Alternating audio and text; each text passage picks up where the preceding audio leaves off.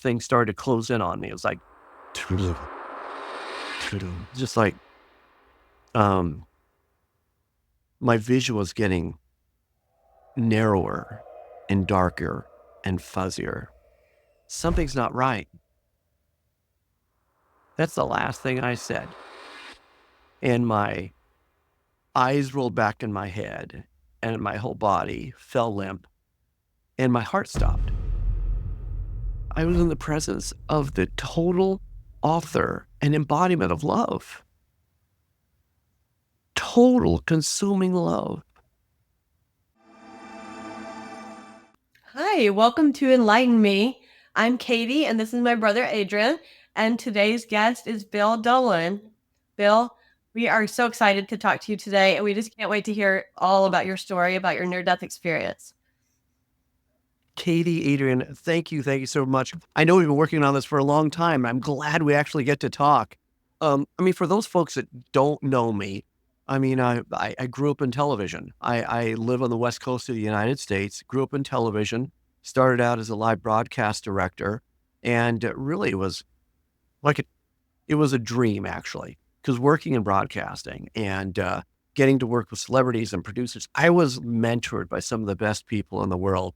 And along the way, I married my high school sweetheart, had children, and I was really living a sweet life for the most part, doing a lot of really cool things.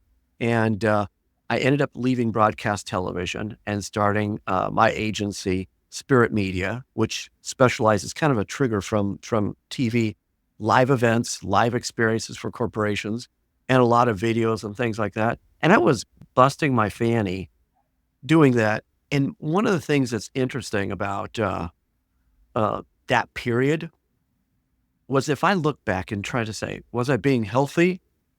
No, I wasn't. I was doing everything I love to do, but for the most part, I was operating on fear because I was afraid, where's the next job coming? Where's the next job coming? Where's this going to happen?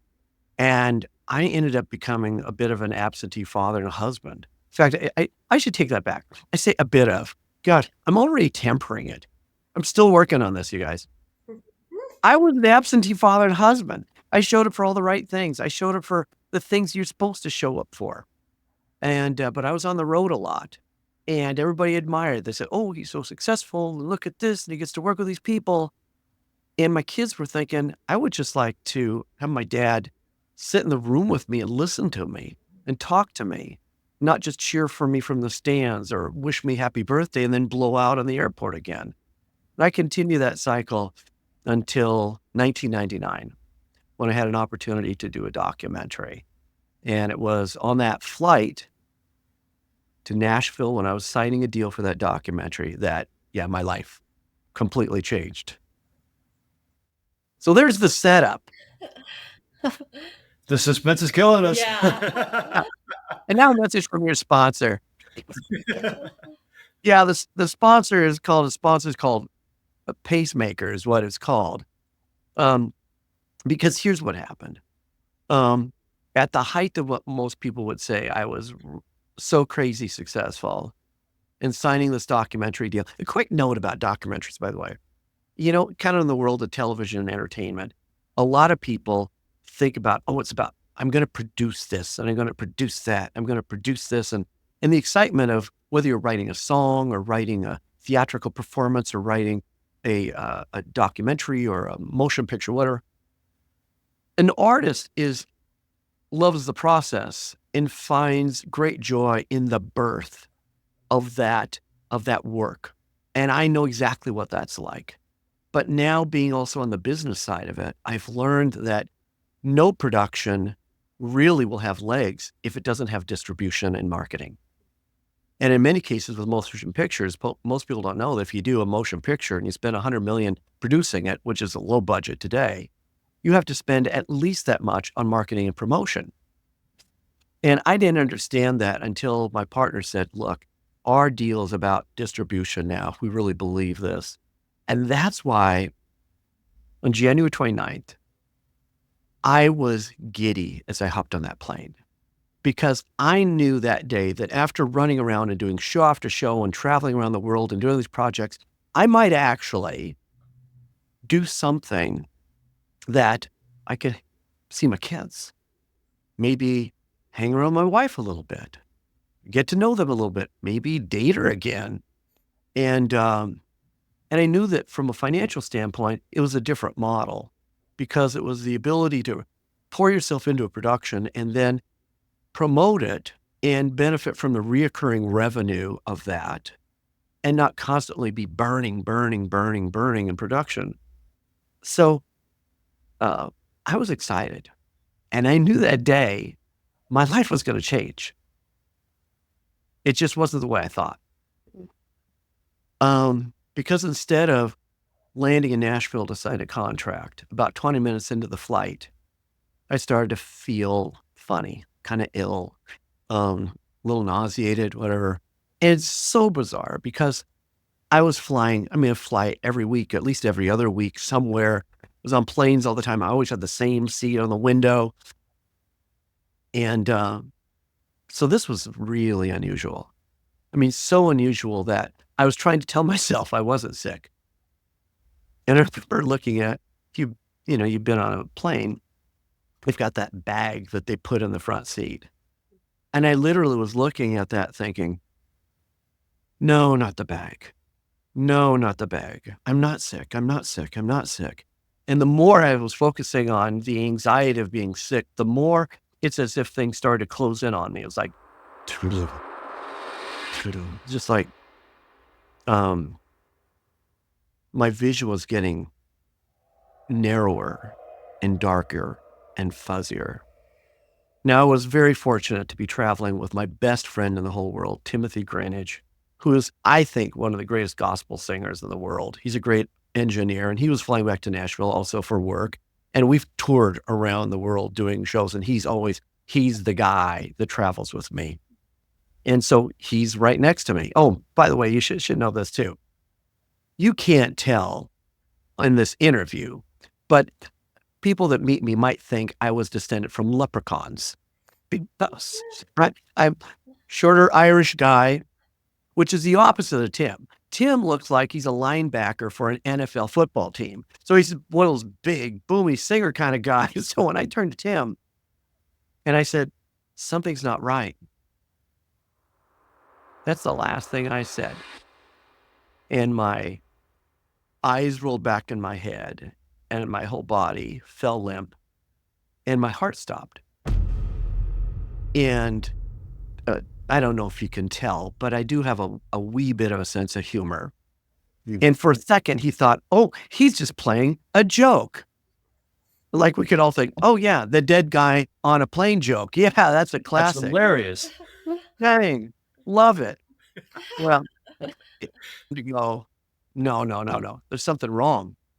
And he didn't know CPR, but he knew chest compression. So he's like pushing me on the chest and trying to get me going, and nothing happened. He kept going for a while, long enough to know that it wasn't going to work for him. So he literally, as he describes it to me, picked me up, put me in the aisle, flat down, and started doing chest compressions. Needless to say, that made quite the scene, but they were aware it wasn't an assault. It was a medical emergency. And he kept compressing and compressing and compressing and compressing. And nothing was happening. And Tim describes it that in his mind, he was thinking, I'm going to have to break his ribs. And he pulls back his fist to get ready to punch me with all his might. And as he does, I take a breath. And I come back. Yeah, of course, it made quite a fuss on the plane. And, they call for a doctor, and no one would admit to being a doctor, And they made an emergency landing. Long story short, I ended up back in a cardiac wing where I was diagnosed with a syndrome called malignant neurocardiogenic syncope. And of course, malignant means you could die from it. Neuro's brain, cardio's heart, and syncope means out of sync. Ooh. And basically, when someone passes out, for example, it's roughly related because it has to do with blood flow to the brain. But in my case, I have such an extreme form of it that my brain tells my heart to stop. And that's it. It's quits. It's all there is. It's done. And the only way they know that they could tell I didn't have I didn't have a heart attack or anything like that. And they don't know what causes it, but they know how to prevent it. And they stick a pacemaker in your chest. This is, by the way, my very first pacemaker. When they pulled it out, I remember saying, I would like to take that home. I paid a lot of money for that. And they said, oh, okay. It's back in the day when you could do that. So I keep it as a kind of a fun souvenir. And today, the thing is, I live blessed by the knowledge that I have a pacemaker, a new one, that on average, about 6 times a day, it recognizes my heart rate. And if it drops below a certain point, it will intervene, pace me for about 2 minutes, and then go back into monitor mode. And the beauty of that, now people say, oh, can you feel it? Oh, yeah, not always, but I do feel it. I mean, there's nothing like laying in bed and all of a sudden having your heart race like you've been running a baby marathon. So that's a little unusual. It's strange because you feel this heaviness in your chest when your heart just decides to do that. But here's the cool part. Every day, I get reminded of at least 2 major things. First one is how fragile our life is. And the more we understand the complexity and the miracle of the human body, we realize how absolutely amazing it is that we get up and we walk and we breathe and we function, we talk and we think and we love and we live. All these things through this entity that is so complex and also so fragile. And that every breath I take is a gift. The other thing that's so powerful is when you recognize what a gift life is, you then face the, I would say, reverence and awesome responsibility that comes with answering the question, what will I do with my life? Why am I here and how can I use this life to make a profound impact on the world? And so living with that, dancing on the edge of eternity and death every day changes you. And look, I got up today. I was given the gifts so I could be with you today. So I will count that as a precious blessing, precious privilege that I don't take for granted. Beautiful. I'd love to hear more about your experience on the other side. And how long were you actually without a heartbeat whenever you were on the plane too? And did you notice like what happened whenever you crossed over? Well, yeah, I can't tell you exactly how long I was gone. For Tim, 3, 4, 5 minutes, it's hard to say because time gets weird when you're in a panic situation. And some people say you must have been out for a long time because, no, got some issues. But that aside, when my eyes rolled back in my head, I literally, like in the blink of an eye, crossed over from the dimension of time and space to the dimension of eternity. And it was so abundantly clear to me, that transition, because in part, I was immediately aware that I was in a place where everything that ever has happened and everything that ever will happen has happened.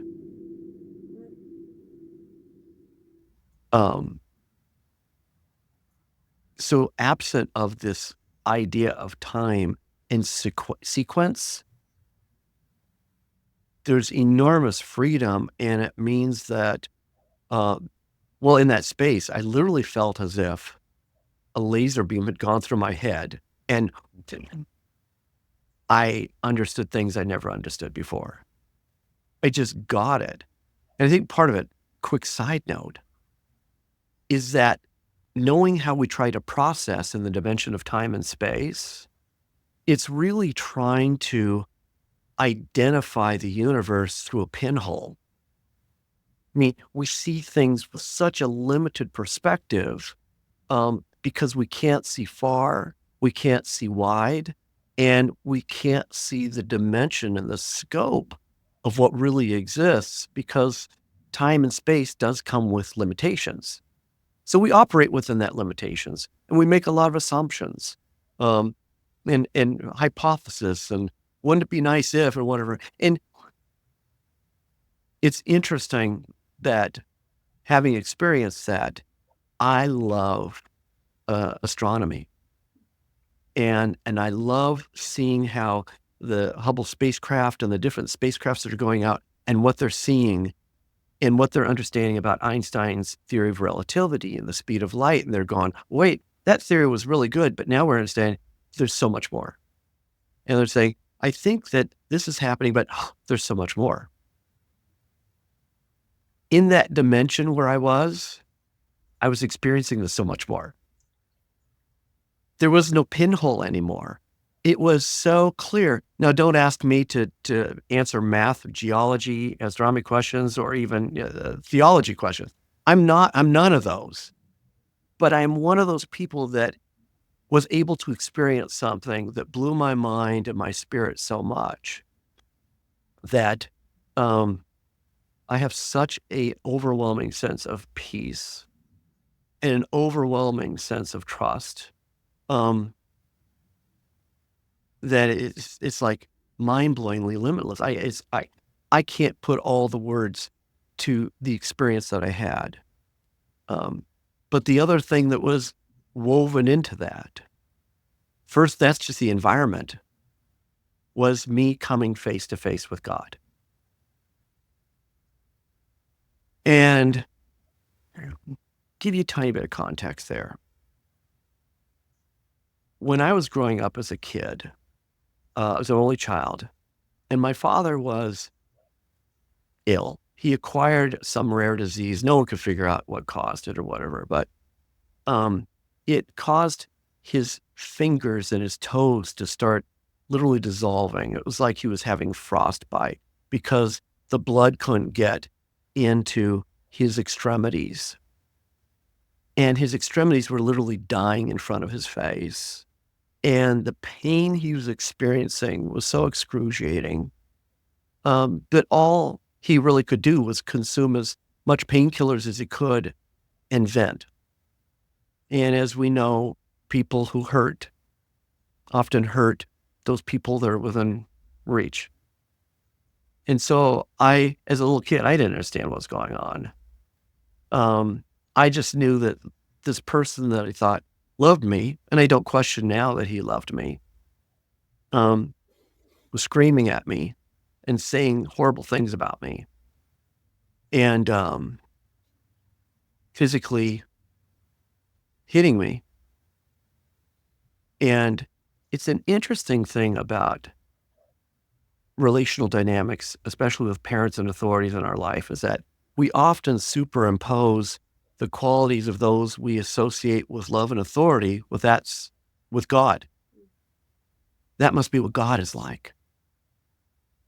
And so if you'd asked me long before this ever happened, do you love God? I said, well, yeah, I love God. That's what you're supposed to say. And I did question, of course, love God. Do you believe that God loves you? Oh, yeah. I believe there's a God that loves me. Yeah, I believe that. Would you like to meet God? I'd probably say, yeah, I'd like to meet God. But no, I never want to meet God because I knew that the day I came face to face with God, he was going to put his finger in my face. He was going to say, you screwed up. You failed me. You disappointed me. You never lived up to your potential. You're a failure. And the prospect of those words secretly echoed in the back of my mind for most of my adult life, while all the time giving lip service to, oh, God is good, blah, blah, blah. And then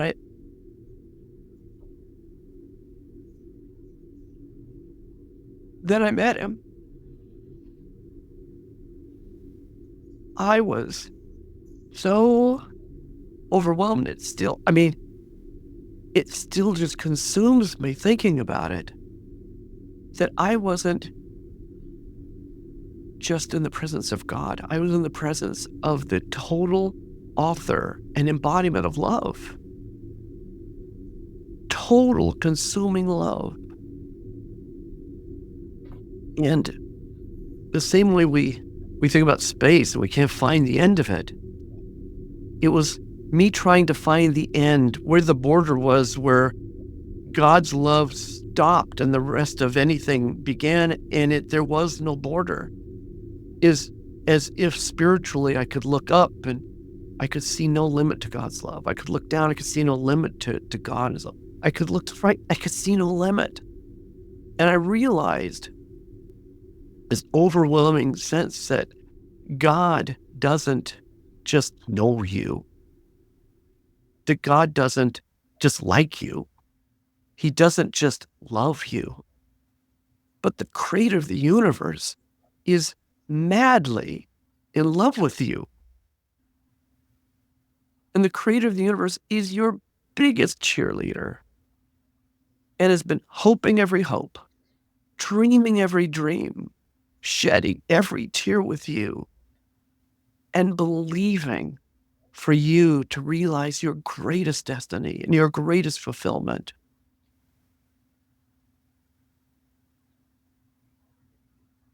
It changed me.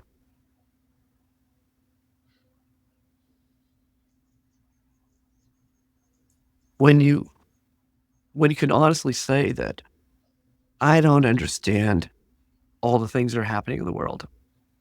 Again, I'm not a theologian. I don't understand a lot about why this happens or why this happens, but this is what I know that I know. I experienced a God that is so in love with us and is so cheering for us that even though I don't understand, I trust.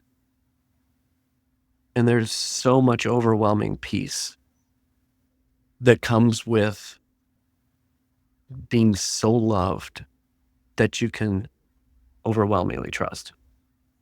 And that's what changed me. From all the near-death experiences that we have heard, everyone says it's all love. There's no judgment. Yeah.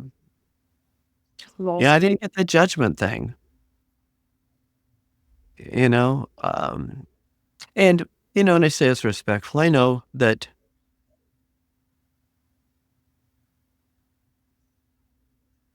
I think God is so big that sometimes if we think that God would judge you, that you can't judge and love. Like you can't do this. I can't speak to that specifically, but here's my clear perception is that the framework around what we would do, for example, we could say, look, Katie's feeling happy today. And then I could say, Katie feels sad today. And people go, that's impossible. But that's very likely that Katie's had a day where she was sad, but had a happiness inside of her, or maybe a peace inside her, even in her sadness. We think of a lot of these things as being incongruous, that they can't live together. And so while I don't understand them, I recognize that even as we are much bigger and have so much more depth and breadth to what we feel and what we do and how we can live, I would say I wouldn't put those limitations on God. And to try to put, probably one of the biggest mistakes that I did was try to put God in a small angry box. Because if he was in a small angry box, it was easy for me to control and reject and protect myself from the fear of what might be in there. And I think that's what a lot of us do. So when you say you came face to face with God, was it a light? Was it a figure? Was it a It was, and it's hard to describe.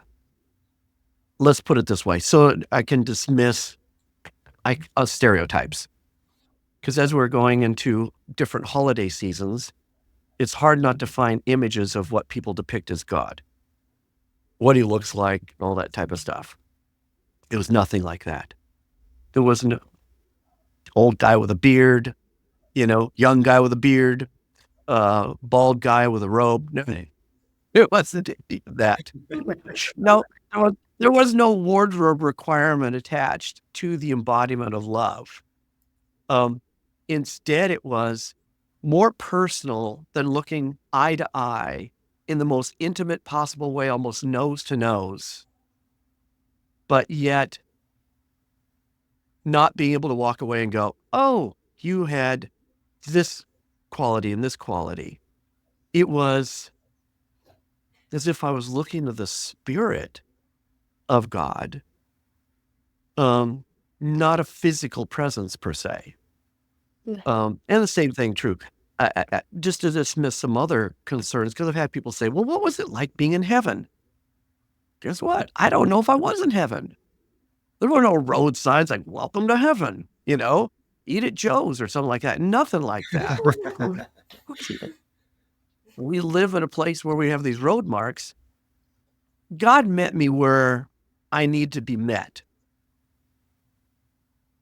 And I know that that was in a dimension of eternity.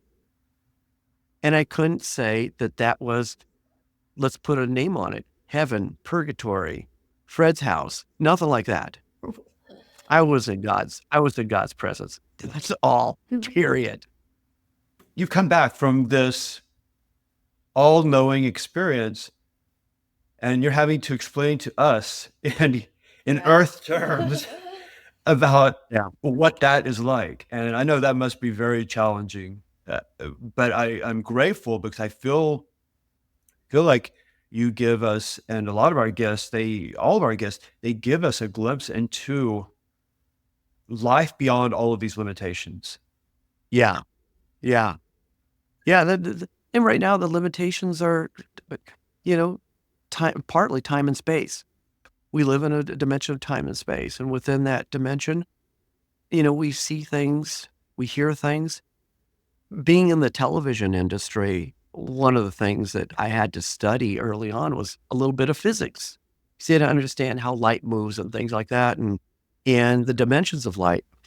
Wow. I mean, let me tell you, what the human eye sees, which is capable of seeing so much, and the colors and the saturations and the thing is, there's also other frequencies that are intensely powerful and very real that you can't see. One of them is microwave. One is radar waves. All the different frequencies of waves and how they both manifest in the form of light and energy are intensely real, but we only see so much. Now, we've obviously invented ways to see some of those things, but our eyes don't see them. So if we were to walk down the street and grab somebody on the corner and say, oh, you should have seen that microwave yesterday, they'd look at you like you're nuts. But they're not seeing it doesn't dismiss the absence of the fact that microwave is real and beautiful, and the different frequencies of light that exist, that I believe that once we do pass beyond the dimension of time and space, hold on to your horses. I not only will believe that we will have the privilege of recognizing and meeting God, but we'll get to see His creation in a way that we've never seen before, ever before. And I haven't actually said this on an interview, but I'll say this, that there are people that say, oh, wouldn't it be nice to go see this or go this? And they've got their bucket list for places I want to. Look, I respect that. There's things I want to do and places I want to go. That would be fun, and take my wife and enjoy that experience. But I look forward to dancing on the rings of Saturn, of flying out to distant galaxies, and in flying through moons and seeing the different types of dimensions of textures and space and colors and all these things. And guess what? Absent of the limitation of time and space, if you like to travel, oh, baby. Just wait till that. Can't wait. I really believe that God delights in wanting to share the broader dimension of all he is and how much he loves us and wants us to experience in its fullness. But right now, we're in the dimension of time and space. And what we will do with it and what we will learn and who we become in this space is really an exciting journey that can be hard, but usually the greatest experiences in our life, accomplishments in our life, are all hard. As I was saying to one of my coworkers, when we talk about mountain climbing, you know what? Every day is like crazy hard until the last day. And that's okay. Once we recognize that we're here for a profound purpose, and every breath we take is a precious gift, it's now to experience the joy, the wonder, and sometimes the difficulty of discovering that and living that. But I can't imagine anything more fulfilling. It's so fascinating that so many people that we meet with explain that their experience on the other side is all the answers. I see all the answers at once, which is incredibly hard for us who have not had that experience to comprehend instantly all the answers. And yet they come back and they know they saw all the answers, but it's almost as if it would create a paradox to come back with all the answers, and we come back with the answers that we need right now, I think. Does that make sense? Is that somewhat your experience? Oh, I totally agree. I mean, that laser beam experience that I had, where I literally felt it was downloaded and I completely understood. And let me say this. Again, this is from a guy that was not a great math student in high school. In fact, I can tell you that during algebra, I had a crush on the girl in the front row, and I know more about the back of her head than I knew about everything. Oh my goodness. So I don't come back as a math wizard or algebra wizard, but I do know this, that when I experience that moment, it's as if everything was made clear and everything fell together. Where there was disconnect, it was connected. Where there was a vacuum, it was filled. Where there was a question, it was answered. Spiritually, and I believe that the depth and the breadth of eternity and all there is to that really has to be experienced in spirit. Because I really do think that if we had a true download in our brain of the dimension and the breadth of eternity, we would just like drip out our nose and pool out like putty. I mean, we just couldn't take it. Just couldn't take it. It's like plugging the wrong, plug in Europe. I know if you've ever done this. Yeah, I've done that. I know where you're going. Oh no, I just blew my computer. Yeah. It would make that European voltage issue look really tiny. So that's where I am with that. And I think it leaves you with a sense of the well-being that comes with it, the peace that comes with it, the trust that comes with it. But do not ask me any math questions. Do you feel like little bits are revealed to you as you need them? Little memories revealed to you as you need them? Now that you're back, you're just like uncovering little things? Well, there are little things, but they're little things that I see how eternity interacts with the dimension of time and space. And I refer to it as God every once in a while pulling back the veil to just remind us there's something way more miraculous and powerful and wonderful happening that we don't see. And, go back, I mean, I grew up watching The Wizard of Oz, and I remember the scene where they're out to see the wizard and Toto goes back and pulls the curtain back, and you see that the guy behind there's a fake. He's pulling all the things and whatever, and you pull back the veil. Sometimes we live in a place where veils can reveal maybe the deceptions that exist in our world. But in my spirit, I feel like God graciously pulls back the veil and shows us the wonder and truth and real power that's behind his love for us.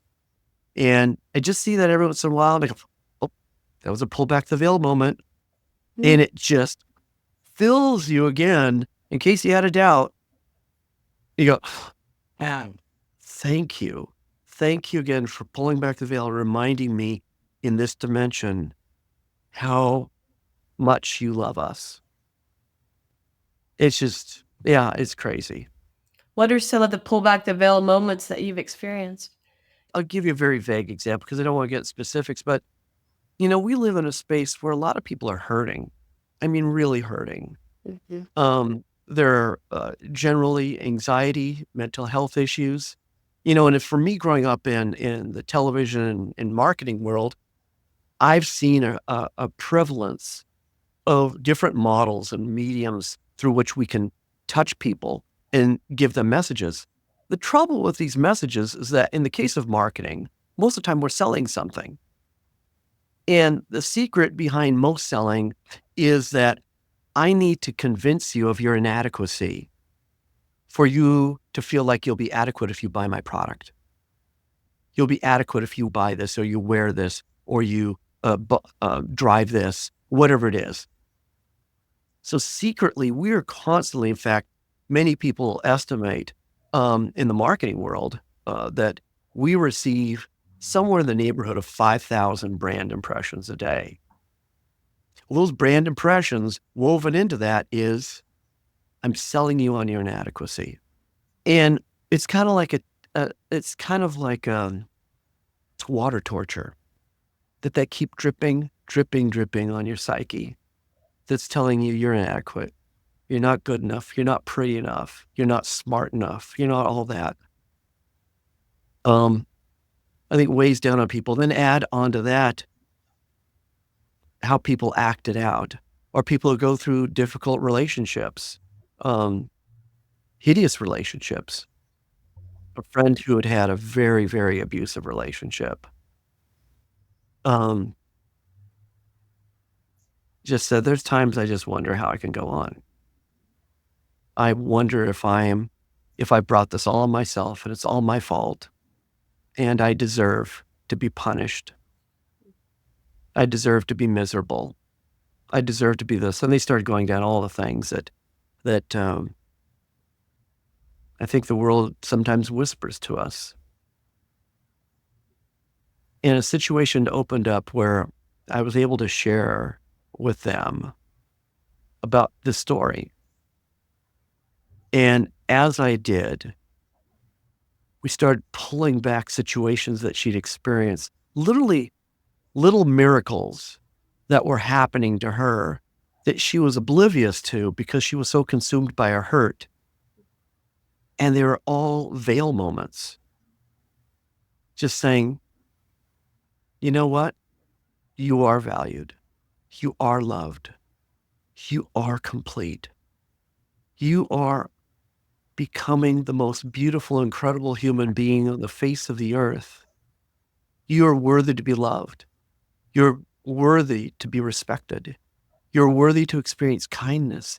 These were things that were like pulling back, like the whispers of God that she was missing. And as we were in that discussion, the light went on. She realized God's been talking to me all the time. But I didn't have the clarity to listen, to actually notice what was happening, and to notice what I was hearing. I think that happens to us a lot. And that's where you hear people talk about, and this is the connection between the spirit and the mind, is that where I believe God is telling us and revealing to us how much he loves us. But we get to choose what we focus on.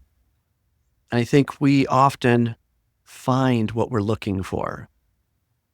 And if we're looking for a reason to feel bad, a reason to say that I'm not worthy, I'm not loved, tragically in this world, there's a lot of things that will tell you that. But if we just turn our hearts, and I believe this, if we would just open up and recognize there's a God that loves you more, more, more than you could ever imagine, and listen for that, the truth that you're loved and worthy to be loved, I honestly think that would change our world. Earlier you shared that you were concerned that God would be very judgmental of you. What is life like now? Are you free of that judgment? I honestly think that the biggest judgment that takes place in our world is the judgment that we place on ourselves and on others. And it's usually a really quick trial. I don't like you. You're guilty. You're a bad person. Like, and that can happen in the next car, by the way, as you're driving. I've received the jurisdictional gestures from those who've already held a trial. On my drive, I will openly admit I am a flawed human being, very flawed human being. I make mistakes. I've done stupid things. I've said hurtful things. I mean, I've got a trail of bodies, figuratively speaking, of people in my lives, and to just look at, my kids. Have I been the best father? No. Am I trying to now? Yes. Have I been the best husband? No. Am I trying to now? Yes. Will I make a mistake this week? Yes, I will. And so the difference between judgment and discernment and directing in many cases has to do with, have you done something bad? Yeah. Versus, are you bad? That's a different ball game. And we live in a culture where, in a world of flawed human beings, and as much as we want to be people of integrity, we have turned into a space where we demonize people as being bad when we simply make mistakes. And I don't get that from God. I get clarity from God that he loves me, and he loves me in my flaws, and he will direct me and guide me and teach me in my flaws. Did you have any kind of life review during that time? Not like instantaneously. What's interesting is that I was so consumed with the dimension of eternity and what that was about, that it was when I came back that it was gradual reflection. In fact, it took me a few years before I even wrote my book, because I spent a long time going, what does that mean? What does that mean now? Because now I'm back in the dimension of time and space. Well, what? Look, I'm a TV guy. What does that mean? I saw God. Now I am TV. Does this mean I now need to become a monk, or a professional candle lighter at Walmart? I don't know. I think that might be on your path. No, I will see how this goes. We'll see. If your audience responds, and no, I think it's like, Yes, let us know, viewers. career development here. But it was a reconciliation, also the reconciliation that everything that you've experienced up to this moment have been building blocks framing who you are, what you've experienced, and the context through which you can make decisions and live even a more fruitful and productive life. So me working in television and working with media and doing shows for millions of people, it's like, there's something to that. And that's when, for me, now you need to know full context. Growing up, I was raised Catholic. And so, basically falling under the Christian culture. So I went back and I started reading back all the theological things I could. It's kind of like once you've seen the movie, you want to read the book, or once you've read the book, you want to see the movie kind of thing. I want to put it together. And I also was a big fan of Plato and Aristotle and Socrates. And I studied a lot of different faiths and things like that. So I really went back going, let me try to get some context in the dimension to time and space to what I experienced in this larger space. And I went back and I felt really compelled. One of the exercises I did was I went back and I read the story of Jesus' life. And I say this respectfully. I believe kind of all religions, but I can say of what I've experienced of the faith that I grew up in. Any good thing in the hands of man can be turned into something weird. And in many cases, it doesn't change the fact that all of us want power. We would like to have control. We'd like to have, there's things that humans want, that we aspire to, that can be used for beautiful things or used for manipulative things. And so when I went back and I said, I want to read this, what I did was I just wanted to read what Jesus said and did. And I didn't want to read anything else or read anybody's description of it or anything like that. I just want to read that. And I also did a lot of research on what they call the historicity. Yeah, it has to do with how historically accurate are certain aspects. And the pieces about Jesus in just those four Gospels are crazy in terms of their accuracy to the best of our degree, and the numbers of times it's been written and the times it's been copied and the consistency with it. Even when it was manipulated, there's pieces that are really core, and that's all I wanted to read. I didn't want to read anything else. I just can't put words on what I learned about Jesus with that. But I also was witnessing the greatest marketer in the history of mankind. And I started looking at what he did when he did it. And I realized that he, like a lot of people in history, but he probably more than anybody, knew the architect of not just marketing, but how to create a movement. So I began reverse engineering it. And I started writing it down. Say, what did he do here? What did he do here? What were the disciplines he did? How did that work? How did that work? Whoa. And I realized there was about 7 core disciplines that I could extract from this 4-year practice model that literally changed the world. And could it be used for other companies and organizations? So I began applying it to some of my corporate clients. And it was crazy effective. We started diagramming it, crazy results. And I'm actually, I tried it with a real estate development. And I had a guy approach me and he said, look, we're selling these properties in Hawaii and we want to do this. And would you come and be the marketing consultant for that? I said, sure. Beautiful properties. And I applied these 7 disciplines to the business model. And over the course of 2 years, we not only were able to sell these properties in a very difficult market, but we created an environment where a newly elected president who had come from Hawaii heard about our properties and decided to make it his holiday vacation home. And we branded that as the Obama Winter White House.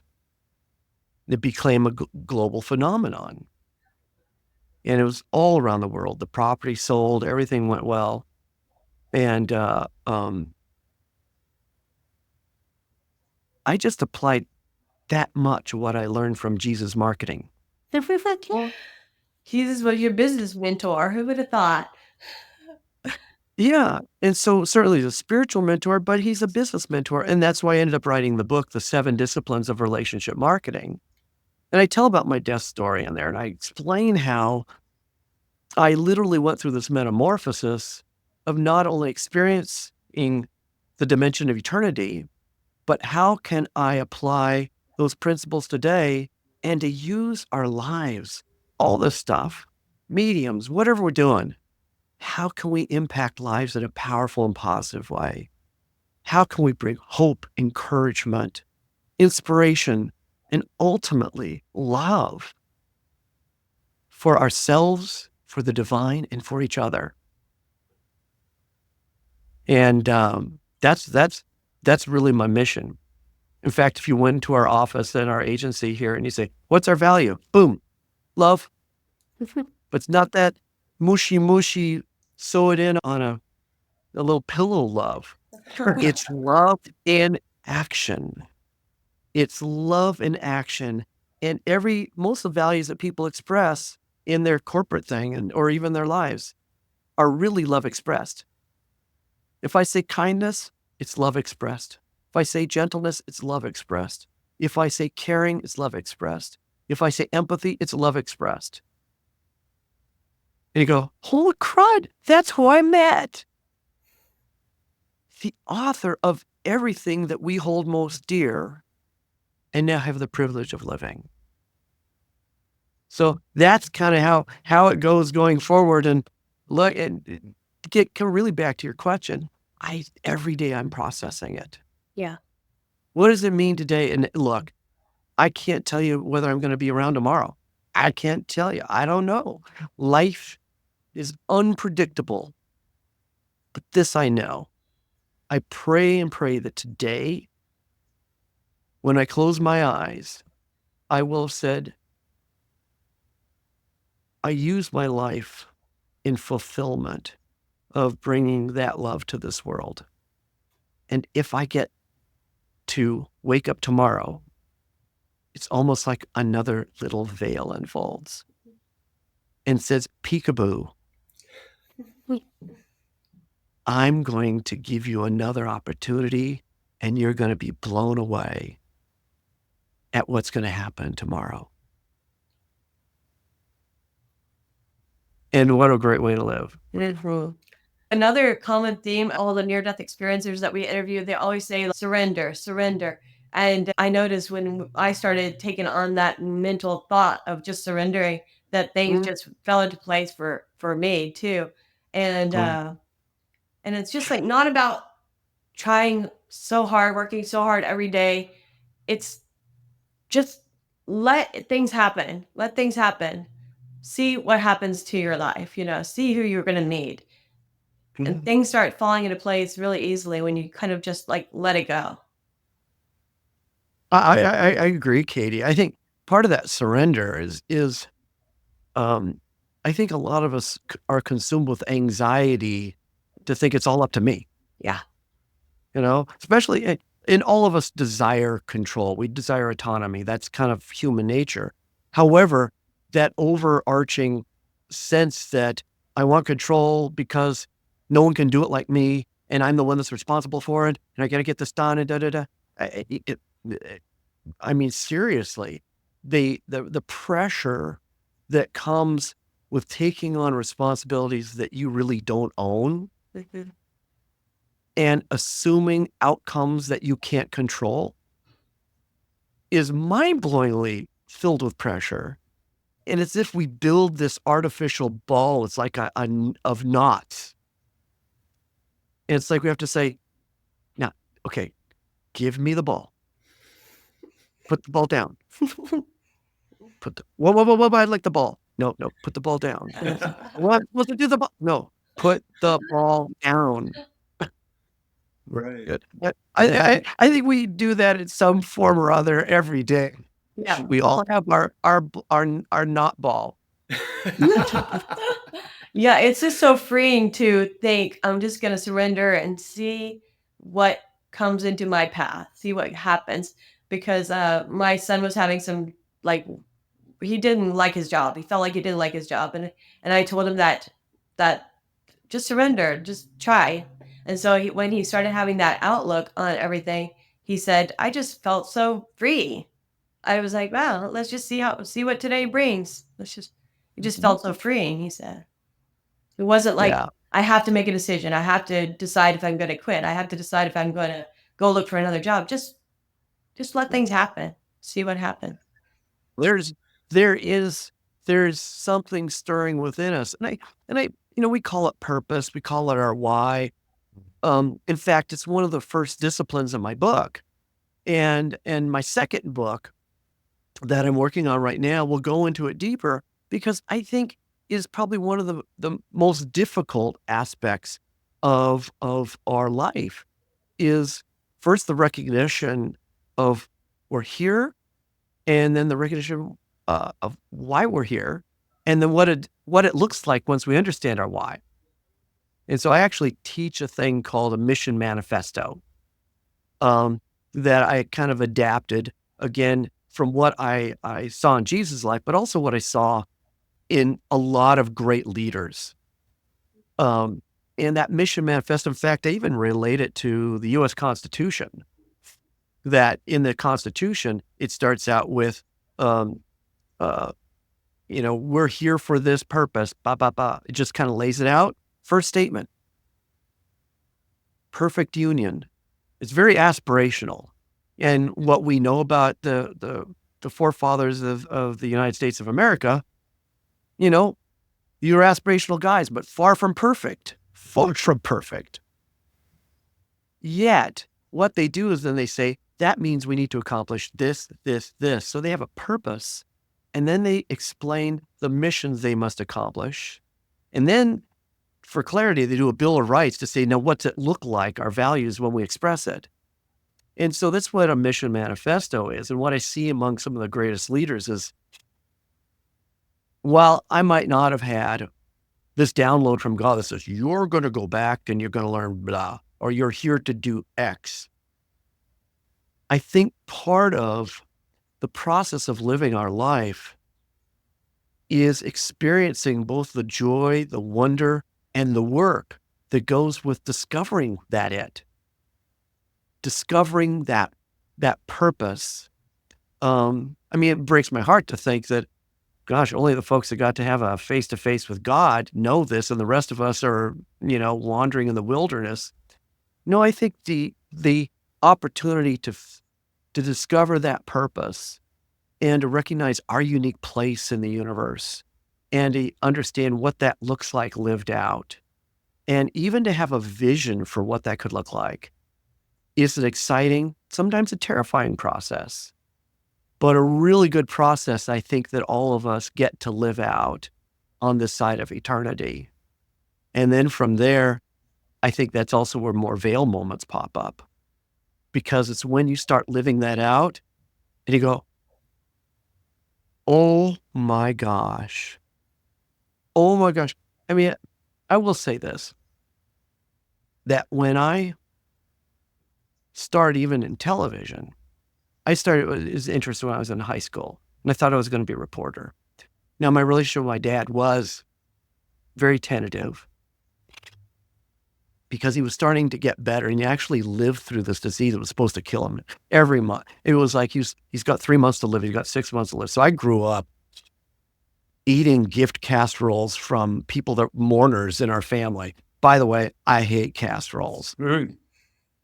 Please, I literally think the tuna industry is alive and well today, in large part to having mourners drop tuna casseroles off at dying families. Okay. That's just a little sidebar. But for me, when I wanted to get into television and mentioned it, my dad was like, no, you can't do it. No, ain't going to do it. Because you need to be a meat cutter. You need to be this, because no one does anything in television. And then I started taking classes at a local college. And a friend had an internship at the ABC affiliate in our region. They said I could bring some friends with us. And I said, well, that'd be great. Can I come, because I'd never even been in a television station before. And here I want to get into TV. So I remember leading up to that night. It's a Thursday night, and they're taping a show. And as it got closer to it, I remember getting both excited and terrified. Because I remember hearing stories of people going, you'll never work in this town again. I thought, gosh, you know what? I'm going to show up at this place. I'm going to make a fool of myself, and I'll never have a chance to work in television. And I ended up talking to my mom. I said, Mom, what do you think I should do? And she gave me the best, worst advice that most parents would give. She said, Billy, just be yourself.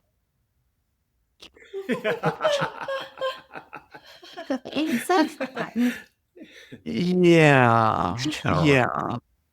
Yeah. And most of us are afraid to be ourselves. We're afraid of being that person. And, but I remember hearing a story about Famous Amos. Remember Famous Amos? He did cookies and stuff like that. Famous Amos used to be a casting agent in Hollywood.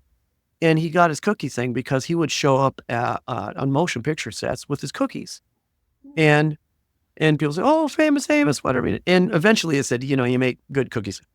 And he started a cookie business on the side, and that's what became Famous Amos. I thought, you know what? I can make cookies. I'll do that. I'll bring cookies. Yeah, so an hour before I go, I pull out a batch of fresh, hot chocolate chip cookies, and I put them in a bag, and I get an inspiration. I take the brown paper bag, like the kind you have to, like a lunch sack you used to have in school, and I wrote Bill's Famous Cookies.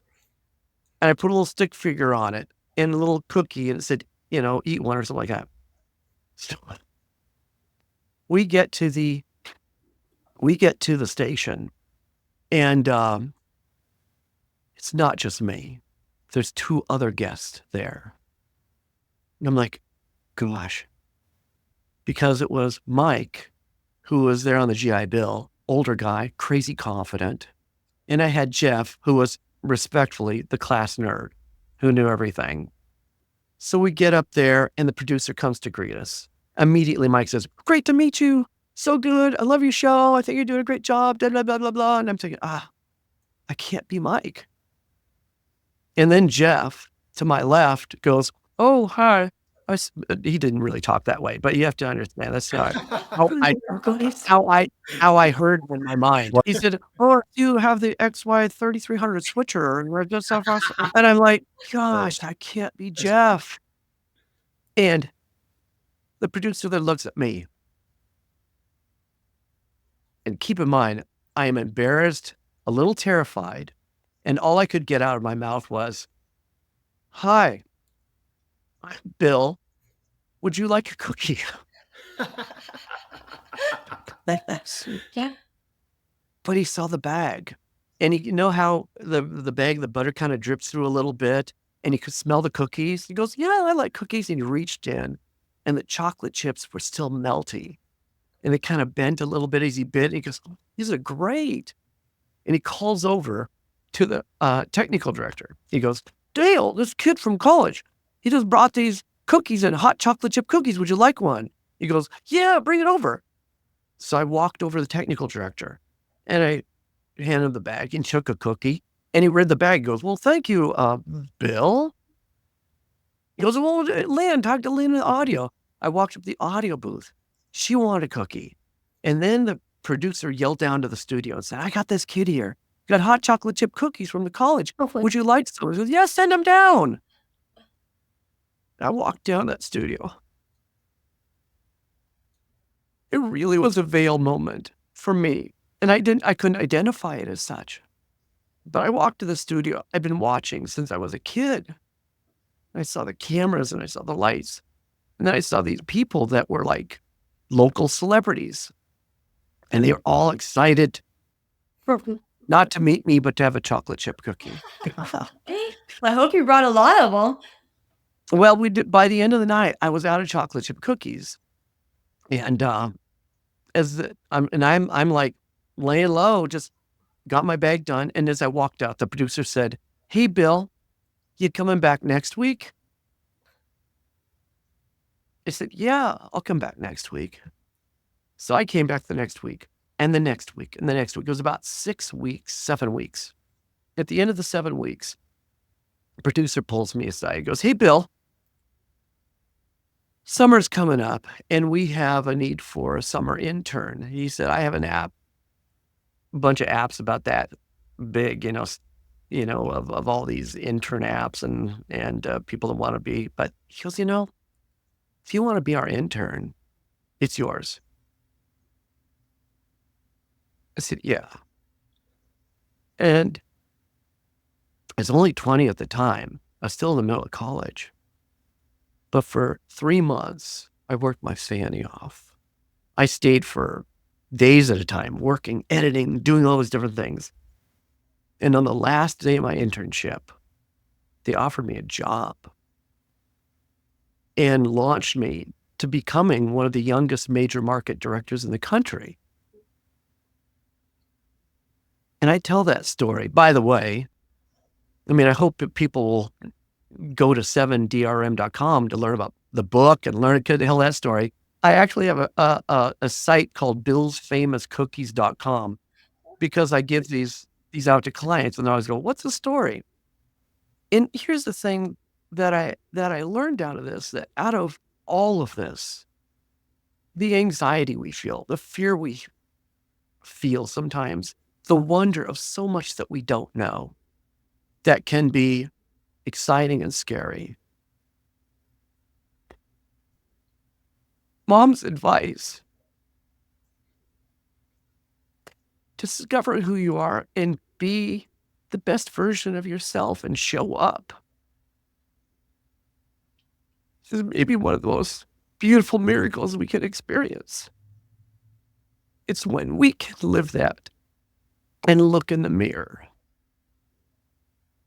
that little veil pulls back and says, I love you more than you can ask or imagine. You are worthy to be loved. And now I want you to confidently go out and share that love with others.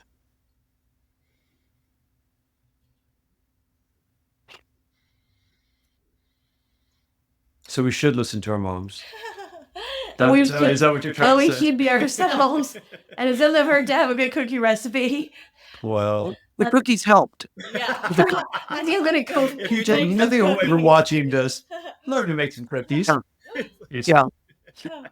Yeah. It's funny. Yeah. It's another way of sharing the love, Yeah. Well, So I hope that gives context. It's kind of that bigger picture you're talking about. yeah. Beautiful. Yeah, I love it.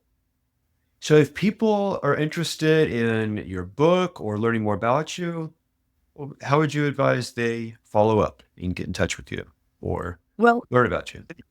Well, if people go, I'd like to talk to Bill or to learn his work about telling brand stories or producing events, we have an agency, Spirit Media, and it's spiritmedia.com. And easy to reach there. I'm also available on LinkedIn. You can find me, Bill Dolan.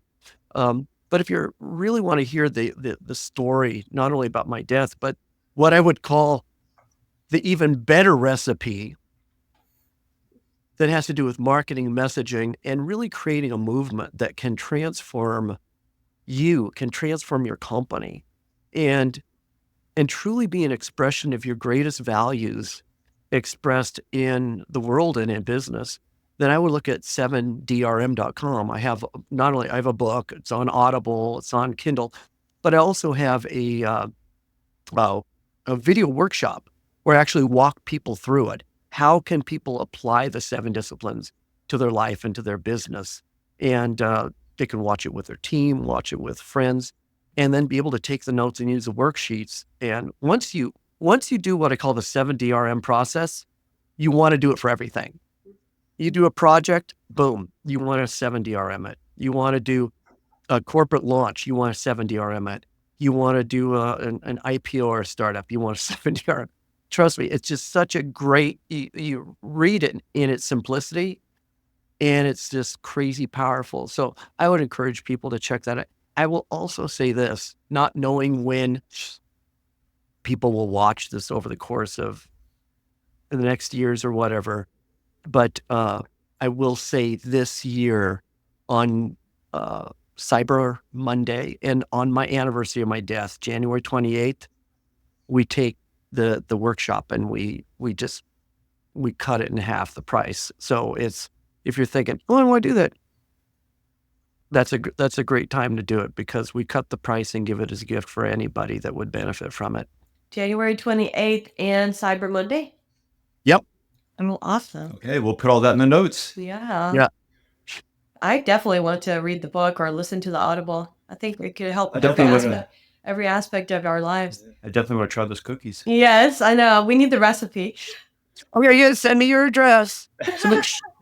Send me your address, and I'll send you some cookies. Just us?